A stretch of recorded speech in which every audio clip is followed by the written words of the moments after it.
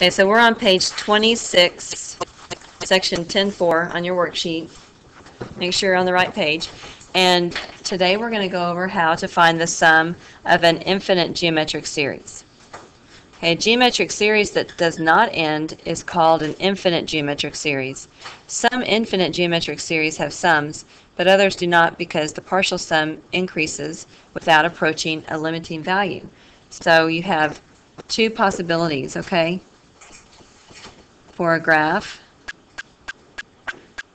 If your graph looks like this, that's where you're going to have a sum that you can find. This is called convergent. So you can see it just kind of levels out at a certain point, and you can find a sum for that infinite geometric series. The other kind of graph that you could get is one that's going to just continue to grow. It's not going to reach a limiting value, and this is one that's called divergent. So for this kind of a graph, your sum would not exist, and that would be your answer, that it does not exist. So your equation that you use is S equals A sub 1 over 1 minus R. Okay, but the thing is that the R has to be between -1 and +1. Okay, so if the value for R is between -1 and +1, your graph is going to be like this. It's going to be convergent. So that's kind of like your decay. If you guys remember doing growth and decay a while back, that's like your decay graph. This one is if your R value is either above +1 or below -1. So let's say it's 2 or -2 or 3. That's going to be like a growth graph or a growth function, and that one would not exist. So this one, the sum does not exist, and that would be your answer. Okay, so let's do an example. Example A on your sheet gives you the infinite series 75, 15, 3, and it goes on and on and on. Okay, so to get your R, you're going to take two consecutive values, and it doesn't matter which two. I'm going to take the first two. Take the second number, divide by the first number, and that's going to be your R. It's just like what we did yesterday to find the R. Same thing, if they give you the numbers. Okay, so when you reduce, that's going to be 1/5. Now that number is between -1 and +1. So this one will have a sum. I can find the sum for this one. Then A sub 1 is your first number in the series, so that's going to be 75. I'm going to scoot down so you can see the equation for the sum. So now I'm just going to plug values in. S equals 75 over 1 minus 1/5. 1 minus 1/5 is 4/5. And when you divide by a fraction, you're just going to flip the bottom number over and multiply it to the top. So you'll have 75 over 1 times 5 over 4 and multiply straight across. And you do need to keep it as a fraction. They have the answer on your sheet as a decimal, but keep it as a fraction. And you should get 375 over 4. And that can't reduce, so you're just going to leave it as 375 over 4. Any questions? Okay, let's look at the next example. Example B.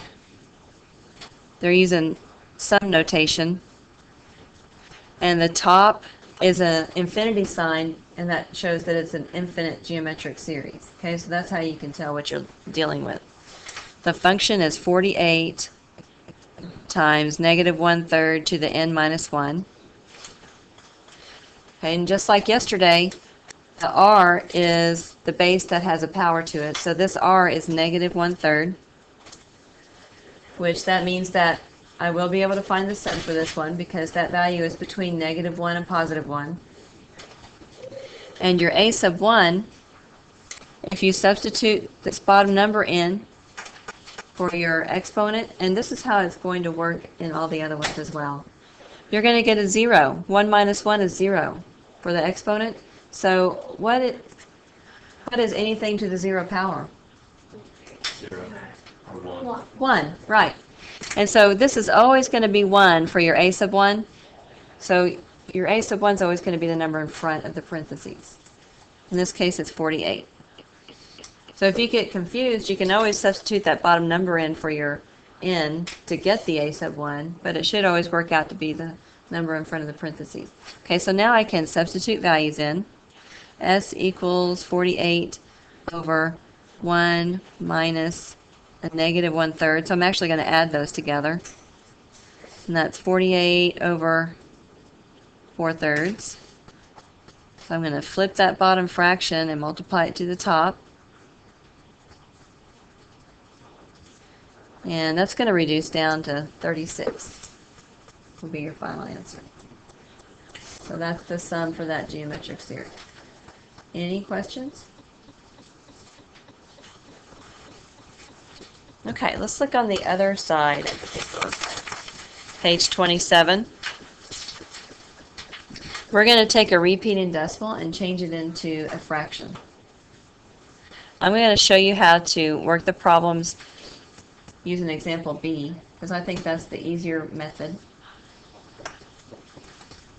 Trying to limit your confusion here. Okay, so let's look at example B.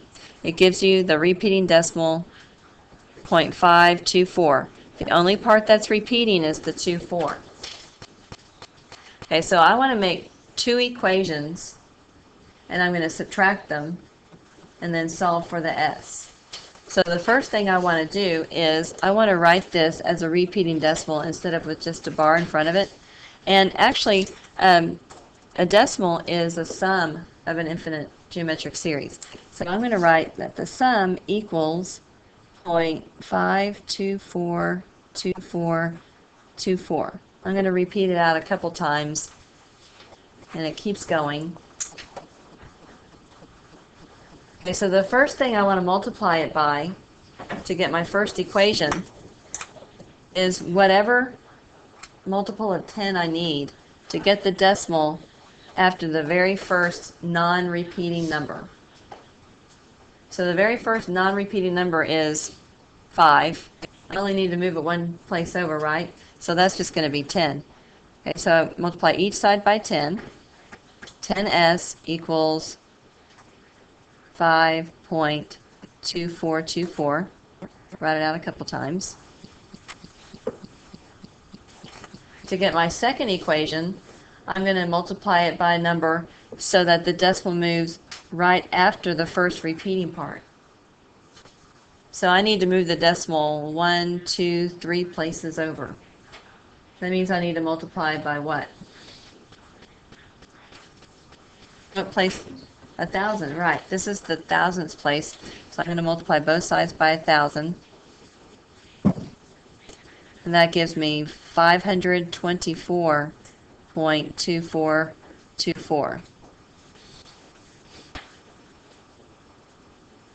Okay, so I'm going to subtract my smaller equation. So when I do that, when I combine them now, I have 990s equals, and the decimal parts get completely zeroed out. It's actually just 524 minus 5 now. That'll be 519. And then divide by the 990 to get your S value. 519 over 990. And then I want to simplify it. So I can reduce that down to 173 over 330.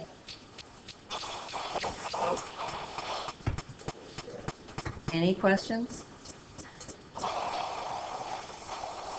Okay, let's do one of your problems down below just to help you get started.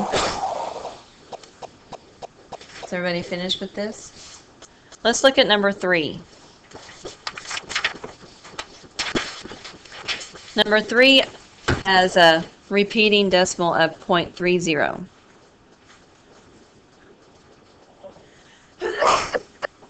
It doesn't have a part that does not repeat. Okay, so your first equation is just going to be S equals 0.3030. You're going to just repeat it out a couple times. You're going to use that equation because there's not a part that doesn't repeat. Okay? Then the second equation is you want to move your decimal so that it's right after the repeating part. So I need to move it 2 places, right? So I need to multiply both sides by what? 100, right. So I'll get 100 S equals 30.303030. And I'm going to subtract a smaller equation. Okay, so that's 99S equals 30. The repeating decimal part gets zeroed out. And divide by 99, so your S equals 30 divided by 99. And then I want to simplify it. I can reduce that by what? 3. 3. So I'll get 10 over 33. And that's going to be your value. Any questions?